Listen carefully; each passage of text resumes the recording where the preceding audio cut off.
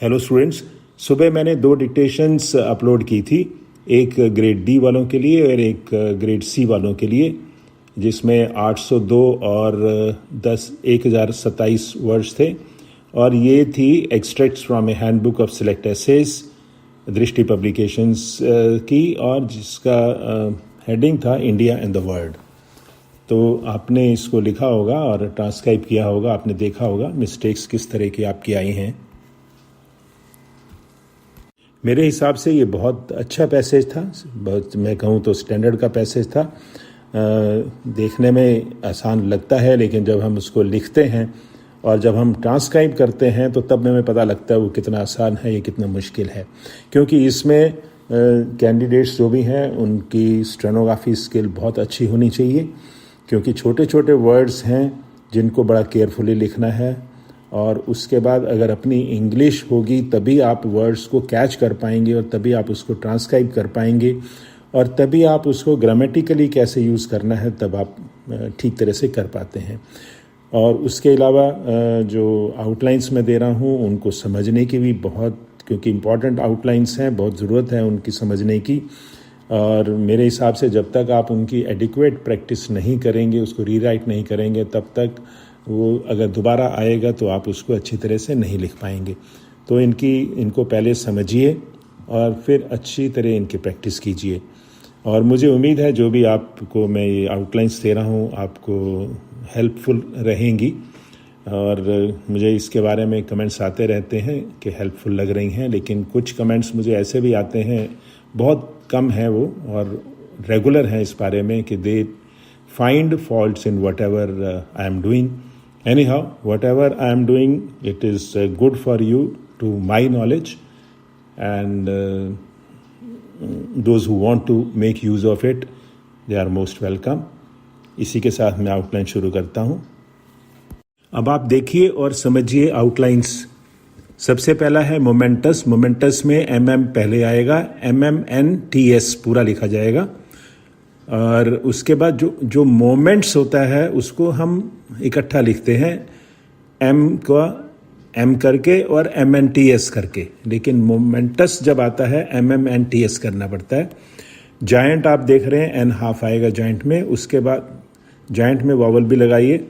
और स्ट्राइड्स आप देख रहे हैं, स्ट्राइड्स को नीचे तक लाना है आपने। शैकल में SH ऊपर जाएगा, फिर KL बनेगा, क्योंकि नीचे अगर लाएंगे तो KL नहीं बनेगा। कोलियनिज्म आप देख रहे हैं, KL NL SM। उसके बाद है एनालिस्ट। एनालिस्ट में आपको STS ST और फिर S क्लियरली दिखाना है। उसके बाद है पोजेसिस। पोजेस के बाद S नीचे दिखाना है। पोजेस के बाद nuclear is simple, N clear. Weapon is also simple. Inter continental आप देख रहे हैं, इंटर करके TNNTL। उसके बाद बालिस्टिक में जैसे हम इलास्टिक लिखते हैं, बालिस्टिक। मिसाइल सिंपल है। एयरक्राफ्ट भी सिंपल है, एयर करके उसके साथ क्राफ्ट जोड़ना है। साउथ ईस्ट एशिया आप चाहें तो इकट्ठा लिख सकते हैं। एंशियंट सिंपल है, AN करके SHNT ऊपर। बुद्धिज़्म BDSM और नीचे डबल टिक जरूर लगाइए। उसके बाद है ओरिजिनेटेड। ओरिजिनल जैसे हम लिखते हैं, ओरिजिनेटेड, नेटेड पूरा आप लिखना पड़ेगा आपको। वर्चुअली, वर्चुअली में वर्चुअल भी वर्चुअली सेम होता है ऑलमोस्ट, तो आपको डॉट दिखाना है। इकोनॉमिकली में भी आपको डॉट दिखाना है ताकि आप उसको प्रॉपरली ट्रांसक्राइब कर सकें। उसके बाद प्रोटेक्शनिस्ट है, प्रोटेक्शन बना के ST ऊपर। कोल्ड वॉर आप चाहें तो ज्वाइन कर सकते हैं जैसे मैंने दिखाया है। फॉस्टर, फॉस्टर में STR क्लियर बनाइए।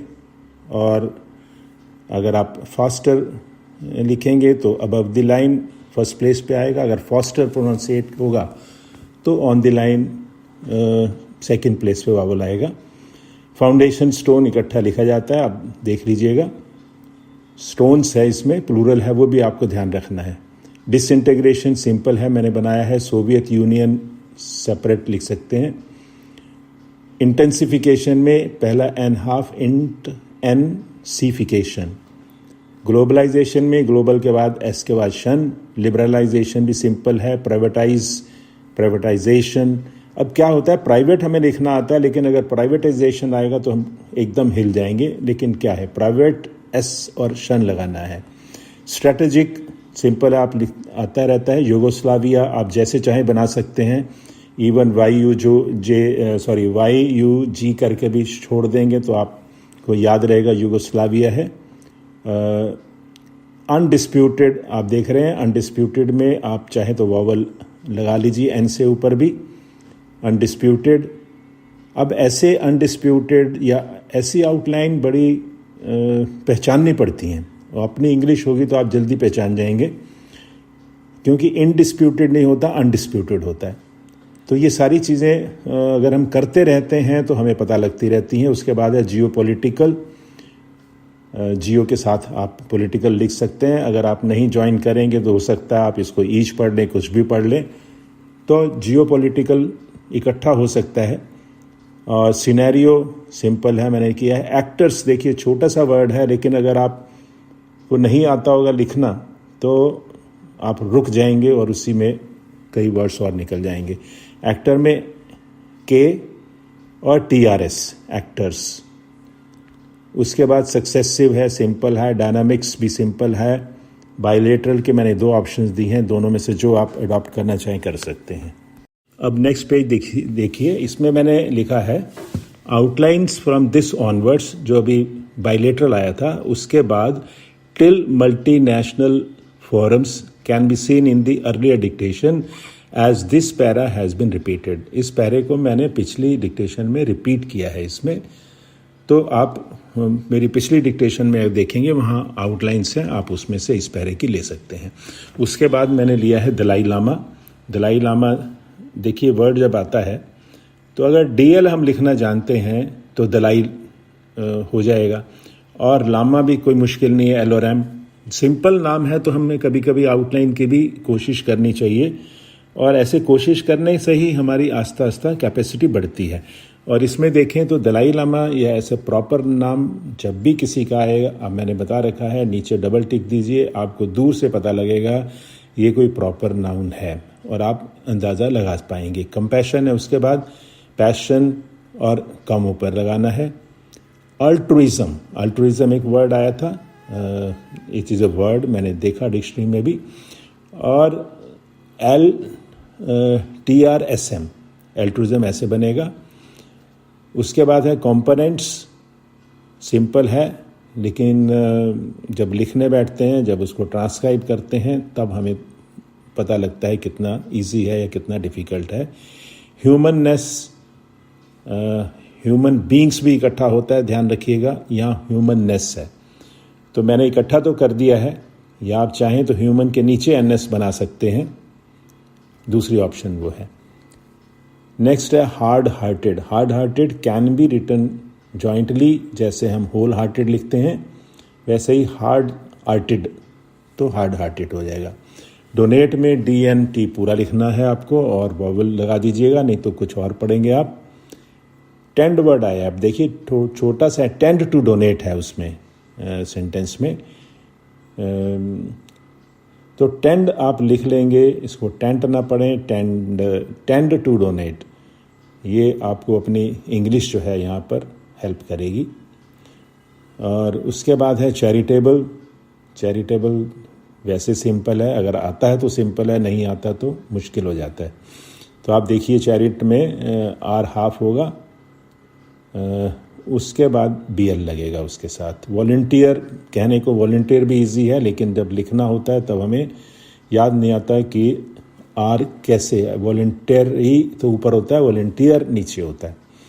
उसके बाद स्टैंड स्टिल है। Stand still can be written closely, I would say, not jointly, closely लिखा जा सकता है, ताकि आप इसको स्टैंड स्टिल पढ़ सकें। रेपरकशंस सिंपल है। फ्लाइट्स सिंपल है। पोअर्ड वर्ड आया था POURD। पोअर्ड में आपको P और RD ढंग से बनाना है, स्पेलिंग भी POURED होता है। कॉर्नर्स भी देखिए आउटलाइन सिंपल है। डीरेल्ड आया था, और रिहैबिलिटेशन भी एक आता रहता है नॉर्मली। रिहैबिलिटेशन की मैंने आउटलाइन दी है, बहुत सिंपल है और बहुत अच्छी आउटलाइन है। और पूरी आउटलाइन बहुत मुश्किल से बनती है, तो इसलिए आप इसको अडॉप्ट कर सकते हैं। एंटिटीज़ में टी डबल आएगा। इनिशिएटिव सिंपल है, इमेंसली सिंपल है। डिज़ास्टर में एस को डबल करना है। उसके बाद वर्ड आए हैं मूवी थिएटर्स। अब देखिए, मूवी भी लिखना बड़े ध्यान से पड़ता है। मूव हम लिखते रहते हैं और ई लगाना बहुत ज़रूरी है इसमें। और थिएटर्स में भी देखिए, थिएटर्स को कुछ आप और ना पढ़ लें, जब तक आप इसके साथ प्रॉपर साइन नहीं लगाएंगे तब तक आपका पढ़ना मुश्किल हो जाएगा। उसके बाद मैंने वेलकम और वेलकम्ड, वर्ड आया था वेलकम्ड, लेकिन मैंने दोनों आउटलाइन दी हैं ताकि आप डिफ्रेंशिएट कर सकें। वेलकम में के आएगा, वेलकम्ड में के और एम लगेगा, हाफ एम लगा सकते हैं। उसके बाद वर्ड शेल्डर और शोल्डर, इनकी आउटलाइन ऑलमोस्ट सिंपल है, सिमिलर है, लेकिन अगर आप शोल्डर लिखें तो ओ लगाइएगा। शेल्टर में आप विदाउट वावल शेल्टर पढ़ सकते हैं।